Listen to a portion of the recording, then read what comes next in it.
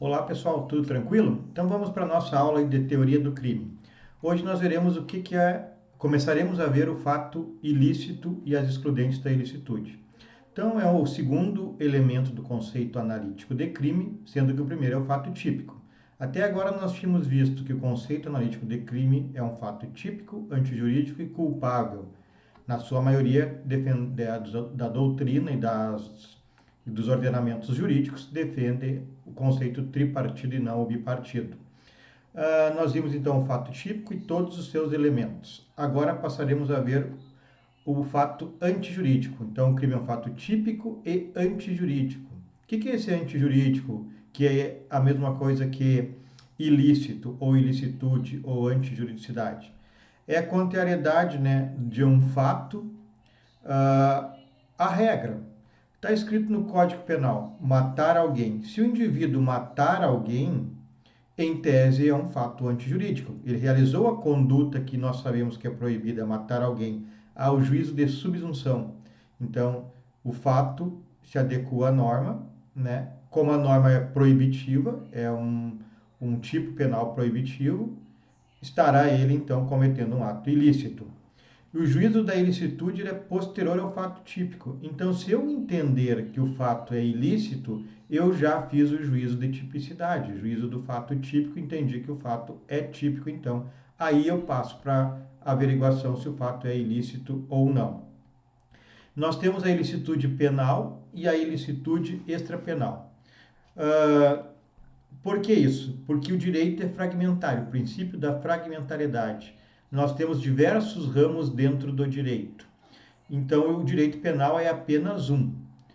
Todos os ilícitos penais também são em outros ramos do direito. Por exemplo, se eu praticar um crime, a Constituição vai ser um ilícito contra a Constituição. A Constituição proíbe a morte, por exemplo, direito à vida.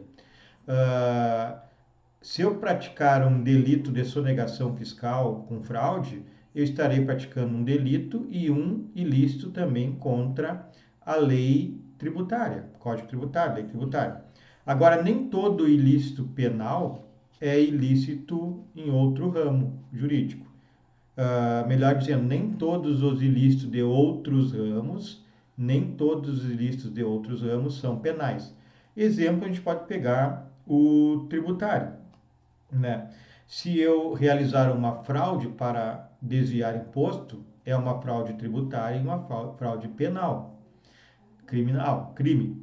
E se eu apenas não pagar o imposto por não poder, por exemplo, não tiver condições financeiras, não é crime, é apenas uma fraude tributária, apenas uma ocorrência tributária que será cobrada pela vara aí de execução da dívida pública, enfim, alguma situação desta natureza, certo? Então, todo o ilícito penal, ele também é ilícito em outros ramos, mas nem todos os ilícitos de outros ramos são penais, como, por exemplo, deixar de pagar imposto por não poder pagar, não ter condições naquele mês. É um ilícito tributário, mas não é um ilícito penal. Certo, pessoal? Causas de exclusão da ilicitude. Então, passado esse conceito de que ilicitude é contrariedade à norma, conforme nós vimos no início do vídeo, a gente vamos. Esse é o conceito definitivo e é o suficiente, né? Saber que ilicitude é praticar uma conduta contra a lei.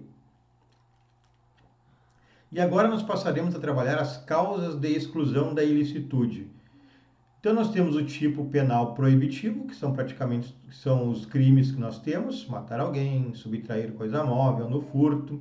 E nós temos os tipos permissivos, que são aqueles tipos penais que autorizam o indivíduo a praticar um delito, permitem a ele, por isso chamado tipo penal permissivo. Quais são as cláusulas da exclusão da ilicitude? Então, quando é que um indivíduo pratica um fato que é contrário à lei, mas como a lei permite, ele deixa de ser contrário à lei? Quando é então que ocorre essa exclusão da ilicitude? Então, eu posso praticar um fato típico, por exemplo, matar alguém, mas lícito. A tipicidade, então, é um conceito iuris tantum, ou seja, admite prova em contrário. eu pratiquei um homicídio, mas um homicídio permitido em legítima defesa, por exemplo. Aí eu terei uma situação que o fato é típico, mas não é ilícito. É um fato típico ilícito. Aí não terei crime nessa situação, porque o crime tem que ser um fato típico, ilícito ou antijurídico e culpável. A nomenclatura, pessoal, a doutrina chama essa antijuridicidade, ilicitude, de ilicitude, antijuridicidade, causas de justificação, discriminantes, tipos penais permissivos, eximentes. Só não pode chamar de dirimente. A dirimente ocorre na exclusão da culpabilidade. De resto, tem muitos sinônimos de palavras. Qual é a previsão legal dessas causas de exclusão da ilicitude? Ou seja, o indivíduo pratica um fato típico, mas deixa de ser ilícito, porque o tipo penal permite. Nós temos as genéricas, que são as que estudaremos, que são 4.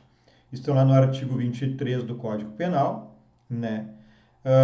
Como estão na parte geral do Código Penal, aplica-se a todos os crimes, inclusive, eventualmente, até em crimes em leis especiais, se não houver previsão diferente na lei especial. São 4. Estado de necessidade, que nós veremos hoje, legítima defesa, estrito cumprimento do dever legal e exercício regular de um direito. Estas são as 4 genéricas, pessoal. Quais são as específicas? Específicas porque estão lá no próprio tipo penal, dentro da parte especial do Código Penal. Por exemplo, artigo 128 do Código Penal são os casos que permitem a prática de aborto. Vamos dar uma olhadinha no Código Penal. Diz o artigo 128 do Código Penal: não se pune o aborto praticado por médico. 1. Aborto necessário. Vamos ver quando é que é aborto necessário. Se não há outro meio de salvar a vida da gestante. 2. Se a gravidez resulta de estupro e o aborto é precedido de consentimento da gestante ou quando incapaz de seu representante legal. Então são 2 casos, né, que nós temos: o aborto necessário e o aborto em caso de gravidez resultante de estupro, que são excludentes da ilicitude. Praticar aborto é crime. Agora, se for para salvar a vida da gestante ou em caso de estupro, o aborto se torna lícito, não é crime, então, praticado pela mulher. Nós temos um fato típico e lícito. 146, parágrafo 3º. Vamos dar uma olhadinha também no Código Penal. O que diz o parágrafo 3º? Artigo 146 é o crime de constrangimento ilegal. Diz assim: constranger alguém mediante violência ou grave ameaça, ou depois de lhe haver reduzido por qualquer outro meio a capacidade de resistência, a não fazer o que a lei permite ou a fazer o que ela não manda. O parágrafo 3º diz o seguinte: não se compreendem na disposição deste artigo. O que é então o constrangimento ilegal? É impor que alguém faça o que a lei não determina, ou impor que não faça o que a lei determina. Então, diz o parágrafo 3º: não se compreendem na disposição desse artigo 1. Intervenção médica ou cirúrgica sem o consentimento do paciente ou de seu representante legal, se justificada por iminente perigo de vida. Então, o indivíduo que vai se submeter à cirurgia, ele assina lá a autorização. Se o médico fizesse a autorização, nós teríamos um crime de constrangimento ilegal ou lesão corporal, homicídio, enfim, seja o que for.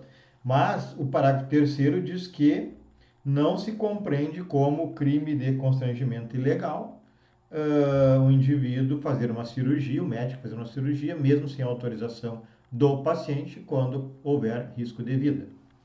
E o 2, a coação exercida para impedir suicídio. Então, vai impedir que alguém cometa suicídio, coage ele até fisicamente, não estará praticando nenhum crime em virtude desta causa de exclusão da ilicitude específica. E também, então já vimos causa de extinção ou exclusão da ilicitude genérica, parte geral, são as 4 que eu li. Causas específicas, dei 2 exemplos, porque estão na parte especial do Código Penal e estão lá no tipo penal. E tem nas leis especiais também, pessoal. Por exemplo, o artigo 37, inciso 1 da Lei Ambiental, 9.605 de 98, diz que o abate de animal em estado de necessidade também não se constitui um crime, não se constitui uma ilicitude, não é antijurídico. Então nós temos essas três situações. Exclusão da ilicitude geral, específica e nas leis extravagantes ou especiais. Certo? Então, a parte introdutória geral era esta.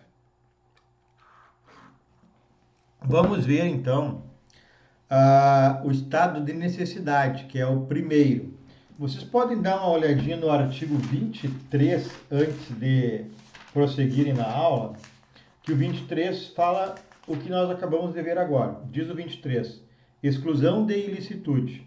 Não há crime quando o agente pratica o fato em estado de necessidade, em legítima defesa, em estrito cumprimento do dever legal ou no exercício regular de um direito. Excesso punível. O agente, em qualquer das hipóteses desse artigo, responderá pelo excesso doloso ou culposo. Bom, isso é a parte de introdução, a parte geral da exclusão da ilicitude. Agora nós vamos ingressar no estado de necessidade, a primeira causa de exclusão da ilicitude genérica. Artigo 24 diz o seguinte: considera-se em estado de necessidade quem pratica o fato para salvar de perigo atual que não provocou por sua vontade, nem podia de outro modo evitar, direito próprio ou alheio, cujo sacrifício nas circunstâncias não era razoável exigir-se. Parágrafo 1º. Não pode alegar estado de necessidade quem tinha o dever legal de enfrentar o perigo. Parágrafo 2º. Embora seja razoável exigir-se o sacrifício do direito ameaçado, a pena poderá ser reduzida de 1 a 2/3. Nós vamos ver agora essas três ordens normativas aqui, pessoal. O 24, e o parágrafo 1º e o parágrafo 2º. Então vamos lá. O estado de necessidade, ele caracteriza-se pelo conflito de dois bens jurídicos. Então eu tenho dois bens jurídicos em conflito. O que é um bem jurídico? Bem jurídico vida, bem jurídico vida, bem jurídico vida, bem jurídico patrimônio. Os dois entram em conflitos. São interesses lícitos, pessoal, mas que estão em situação de perigo. Para um sobreviver, para um permanecer, o outro deve perecer. Então é assim que trabalha o estado de necessidade. Então, na realidade, é uma colisão entre bens jurídicos de pessoas diversas. Pode ser vida contra vida, só tem espaço para salvar uma vida. Pode ser vida contra patrimônio, só pode salvar um ou outro. E o ordenamento jurídico especifica, ensina, informa qual dos bens jurídicos deve ser salvo, deve ser preservado e qual deve ser sacrificado. O ordenamento jurídico autoriza a sacrificar um e salvar outro. Nós temos duas teorias principais. A do nosso Código Penal é chamada teoria unitária. O que diz isso? O artigo 24 que eu acabei de ler. Se diz o seguinte: exclui a ilicitude, né, quando, ou seja, não será ilícito, pelo contrário, será lícito quando o bem jurídico sacrificado, aquele que eu elimino, é igual ou inferior ao valor do bem jurídico preservado. Artigo 24, caput do Código Penal. Repetindo, o bem jurídico sacrificado é igual ou inferior ao bem jurídico preservado. Exemplo: vida e vida. Uma vida, só se pode salvar uma vida, só tem um barco, enfim, duas pessoas pescando, um pequeno barco, e só tem um colete salva-vidas. Afunda o barco de pesca. Duas pessoas, um colete. Tenho vida e vida. Estão em perigo as vidas. As pessoas não sabem nadar, há correnteza, etc. Necessitam do colete para sobreviver. Então, pode uma vida ser sacrificada pela outra parte. Para preservar uma vida, elimina outra vida. Ou, por exemplo, um animal que se considera, enfim, apesar do Código Civil ter modificado, ainda se considerava o animal como propriedade, né, como patrimônio. mesmo que alguns não considerem mais, é um bem jurídico inferior à vida do ser humano. Então, eu tenho a vida de uma pessoa e a vida de um animal. Então, um animal ataca uma pessoa, né? Pode ser eliminado esse animal porque é um bem jurídico inferior ao bem jurídico vida. Viram os dois exemplos? Um é vida com vida, preserva a vida e sacrifica outra vida. O outro é vida e patrimônio ou vida de um animal, né? Que eu terei preservado uma vida humana em detrimento de uma vida de um animal. Então, o Código Penal autoriza essas duas situações e entende como excludente da ilicitude. Repetindo, pelo artigo 24, caput do Código Penal, exclui a ilicitude quando o bem jurídico que for sacrificado é de igual valor ou inferior ao valor do bem jurídico preservado. Certo, pessoal? Então vamos ver aqui, exemplo, bem jurídico sacrificado superior ao preservado. Bom, se eu sacrificar um bem jurídico superior, é mais importante que o preservado, exemplo, sacrifico vida em detrimento do patrimônio. É algo que pode ocorrer, parágrafo 2º do Código Penal, haverá uma redução de pena. Nós veremos isso logo mais, certo? Mas guardem que é possível, 24, parágrafo 2º. Eu sacrifico um bem jurídico superior e preservo um bem jurídico inferior, vida e patrimônio, por exemplo. Há uma possibilidade de redução de pena neste caso, mas já veremos isso. Segunda teoria, essa era a teoria unitária do nosso Código Penal. Segunda teoria, diferenciadora. É um pouco diferente, pessoal. E ela pode ser usada no direito brasileiro. Eu já vi julgamentos em tribunais de júri, por exemplo, que foi utilizado.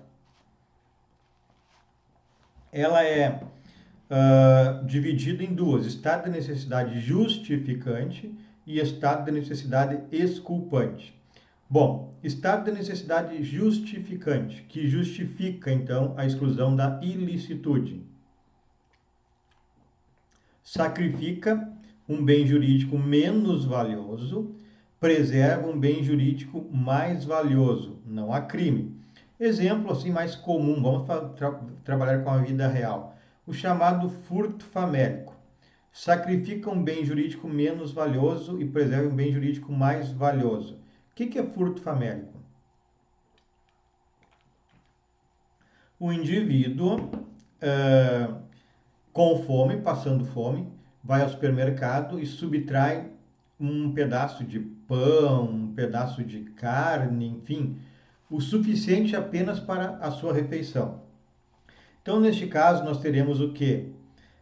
Salvando, preservando uma vida que morreria por inanição, por fome, e, em detrimento, sacrificando patrimônio de alguém. Então, preserva a vida e preserva a vida e exclui, elimina patrimônio. Isso é o estado de necessidade justificante. Sacrifica bem jurídico menos valioso, patrimônio, preserva bem jurídico mais valioso, vida. O mesmo serviria para um remédio, pessoal. A pessoa está com fome, a pessoa está doente, ou um ente seu está doente, está desempregado, não trabalha, vai na farmácia e subtrai um remédio.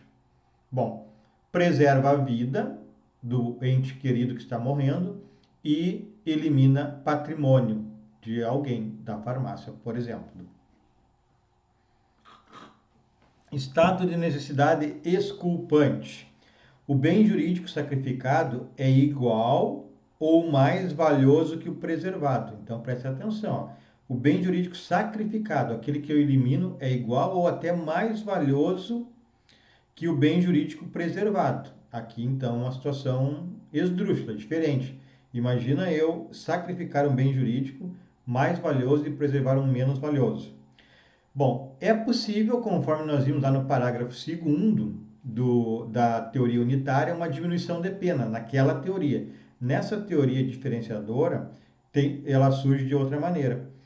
É chamada a ocorrência de uma causa supralegal da exclusão da culpabilidade, pela chamada inexigibilidade de conduta diversa. Então, nós temos lá na culpabilidade, que é o terceiro elemento do conceito analítico de crime, 3 elementos: a imputabilidade, a potencial consciência da ilicitude e a inexigibilidade de conduta diversa. Nós estudaremos essas três no momento oportuno, quando estudarmos a culpabilidade. Mas, em ocorrendo pela teoria diferenciadora, que não é a do nosso Código Penal, mas pode ser empregada no Brasil, já foi, em havendo o estado de necessidade exculpante se sacrificando um bem jurídico igual ou mais importante que o preservado, exemplo assim, bem popular, preserva o patrimônio e tira a vida. É possível que haja o estado de necessidade exculpante por causa supralegal da exclusão da culpabilidade, pela chamada inexigibilidade de conduta diversa, e haverá repercussão não na ilicitude, lá na culpabilidade. Em ocorrendo pela teoria diferenciadora um estado de necessidade exculpante, o que eu terei como crime? Eu terei um fato típico, antijurídico, mas não culpável. Não será culpável, certo? Porque esse estado de necessidade exculpante, ele influencia na culpabilidade, não na ilicitude que estamos estudando. Certo, pessoal? Adiante, então.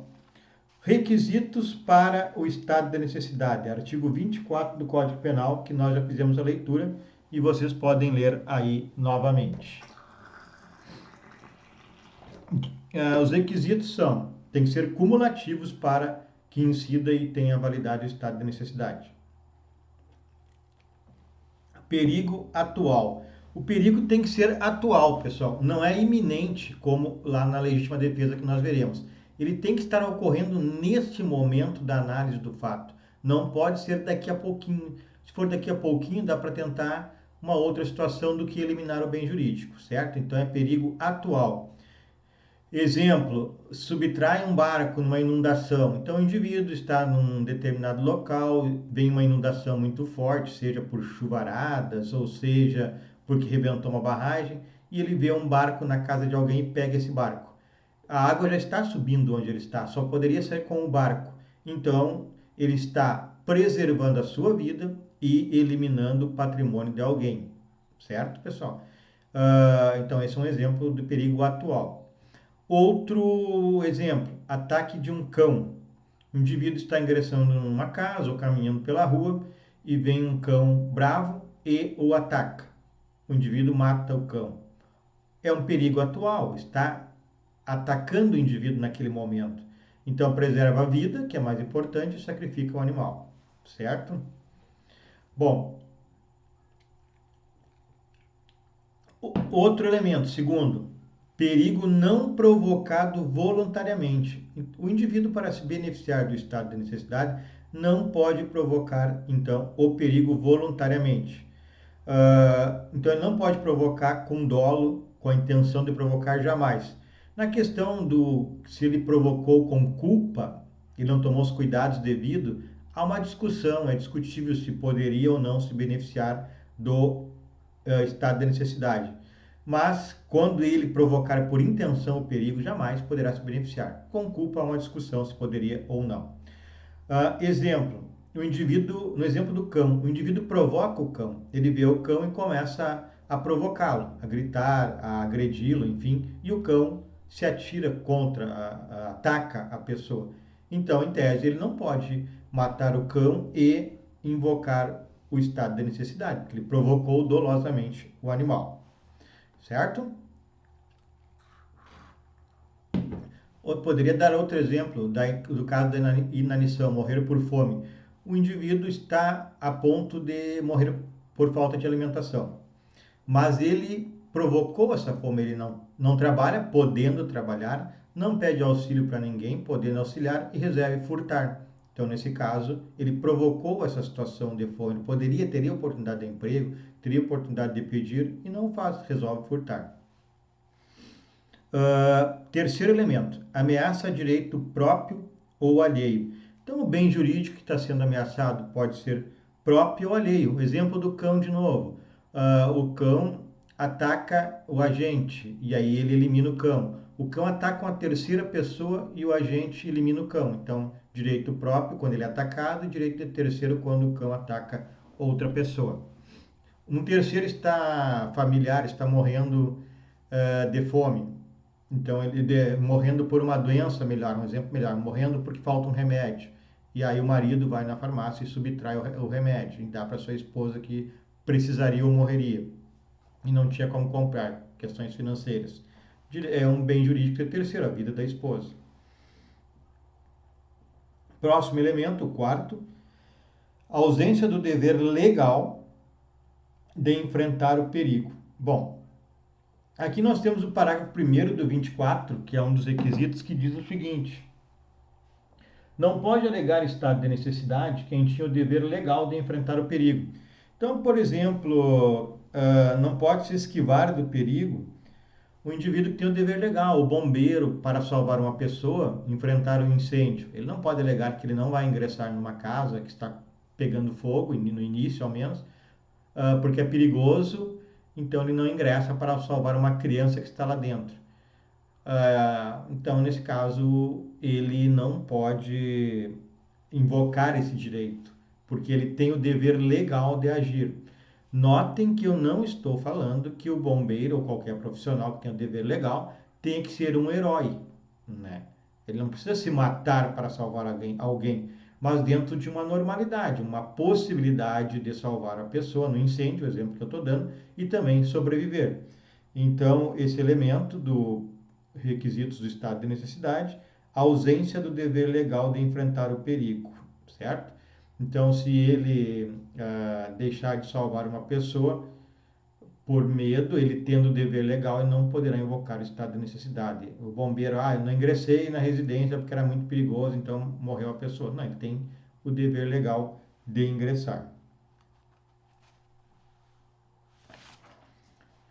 Inevitabilidade do perigo. Se tem outra maneira de evitar e o agente resolve sacrificar um bem jurídico, ele não poderá se acorrer ao estado de necessidade. Se tem outra possibilidade de afastar o perigo e ele não o faz, opta por sacrificar o bem jurídico, então ele não poderá invocar o estado de necessidade. Exemplo: ingresso numa casa, vem um cão para me atacar. E eu, se der um passo ou dois para trás e fechar o portão, o animal não consegue me atacar. E eu opto por não fechar o portão, por não dar um passo para trás, não recuar e atirar no animal. Eu não poderei invocar estado de necessidade e responderei por um crime, por ter matado o animal. Porque eu tinha outra opção, que era simplesmente fechar o portão. Proporcionalidade, pessoal. Então, deve haver uma proporcionalidade dos bens jurídicos em conflito, né? Como a gente já falou, eu não posso sacrificar um bem muito importante para preservar um bem bem menos importante. Eu não posso, como regra, sacrificar uma vida para salvar o patrimônio, certo?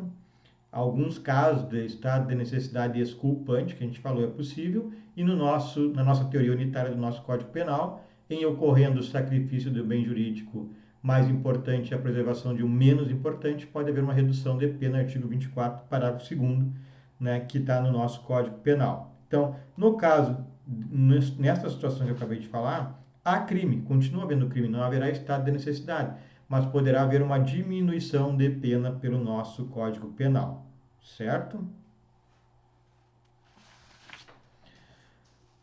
Estado de necessidade recíproco, pessoal. É possível, duas pessoas estão em estado de necessidade. Os bens jurídicos são os mesmos. Então, porque um age em estado de necessidade mata outra pessoa, por exemplo, não haverá punição, ele estará em estado de necessidade. Os dois estarão. Qualquer um dos dois que matar, tirar a vida, será albergado pela lei. O exemplo é o da boia, acabei de falar. Funda um barco lá de pescador, tem uma boia, os dois indivíduos podem lutar pela boia, um pode matar o outro. A lei não vai escolher A ou B. O que sobreviver é o que será beneficiado pelo estado de necessidade, né?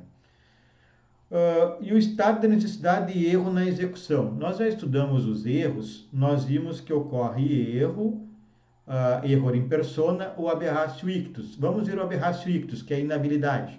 O indivíduo vai atirar num cão que está atacando terceira pessoa e ele erra o cão e acerta um transeunte?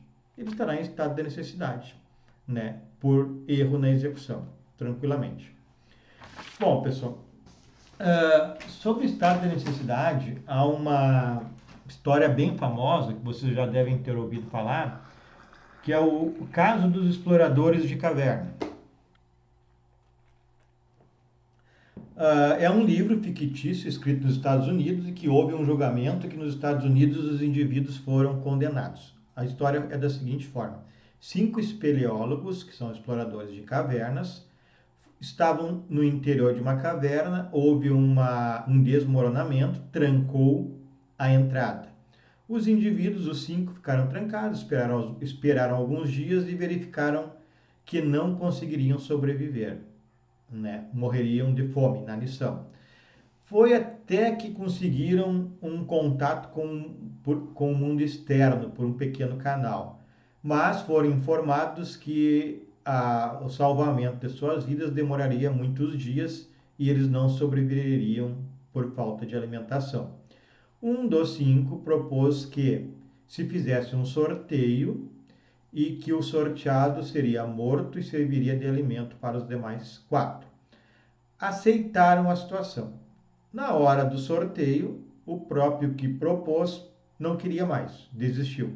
Mas os outros 4 disseram que iam fazer o sorteio sim. E fizeram, e sabe quem foi o sorteado? Aquele que propôs e havia desistido. Então ele foi morto e serviu de alimentos para os outros 4. Passado algum tempo, eles foram retirados da caverna e foram a julgamento. Pela lei norte-americana, pelo caso, melhor dizendo, pelo livro, eles foram condenados. Mas, na realidade, isso é um debate muito grande, se o direito valia embaixo da terra, se não valia, enfim. Mas o que interessa dessa história? Que os indivíduos agiram em estado de necessidade. Então, preservaram a vida de 4 pessoas em detrimento de uma pessoa. Não é porque 4 também. 4 só fortalece a possibilidade do estado de necessidade. Mas se fosse 1 contra 1, seria estado de necessidade também pela lei brasileira. Ok, pessoal? Então, estado de necessidade é isso, excludente da ilicitude é isso. Na próxima aula, nós estudaremos legítima defesa, exercício regular de um direito e estrito cumprimento do dever legal. Então, boa semana a todos, tenham muito cuidado aí com essa pandemia que vem evoluindo e até breve. Valeu, um abraço a todos. Fico à disposição, pessoal, para qualquer eventualidade, qualquer necessidade, me contatem.